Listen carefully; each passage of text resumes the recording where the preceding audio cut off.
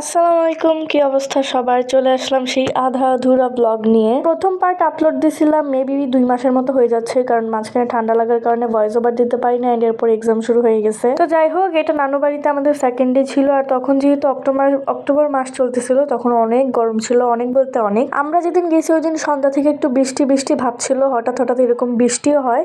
তো এরপরে আর বেশ একটা গরম লাগে নাই। যাই হোক, পরে সবাই একসাথে মিলে নাস্তা করলাম, আর নাস্তা খাওয়ার পরে আগের দিন যে বাবার বাজার থেকে দই কিনছিল সেটা আম্মু খুলতেছিল, এখানে সবাইকে দিবে। বাজার করার একটা ক্লিপসও আমার কাছে নাই যে আমি দেখাবো ওরা কি কি কিনছে, কারণ ওদের সাথে আমি যাইও না, অ্যান্ড আসার পরে ওইগুলোর ক্লিপসও নেওয়া হয়নি, আইসা তো ঘুমাই গেছিলাম। বাট দইটা আমার কাছে তেমন একটা ভালো লাগে নাই, আর আমি সব জায়গার দই খাইতেও পারি না।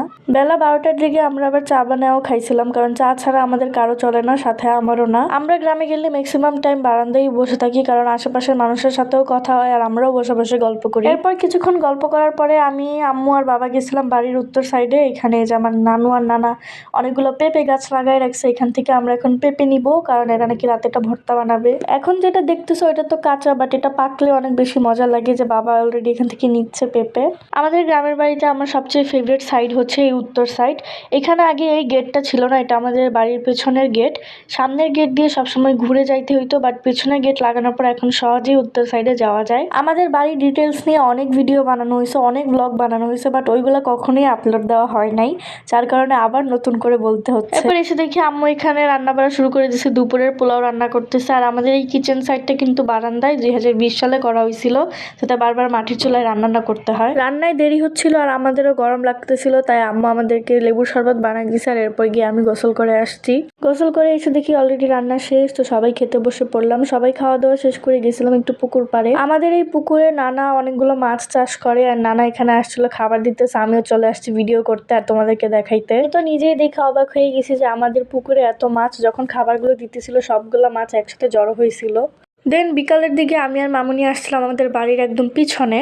এটা হচ্ছে আমাদের বাড়ির পশ্চিম সাইড, আর এই জায়গাটাও আমার অনেক বেশি পছন্দ। এখান থেকে খোলা আকাশ দেখা যায়। যে জায়গা থেকে ভিডিওটা করা সেখানে জঙ্গল ছিল একটা, বাট সবগুলা গাছ ওরা কেটে ফেলছে। আগে এমন আকাশ দেখাই যাইতো না, কারণ প্রচুর গাছপালা ছিল, অ্যান্ড ওরা সব কেটে ফেলছে। জায়গাটা অনেক ঠান্ডাও থাকতো গাছপালার কারণে।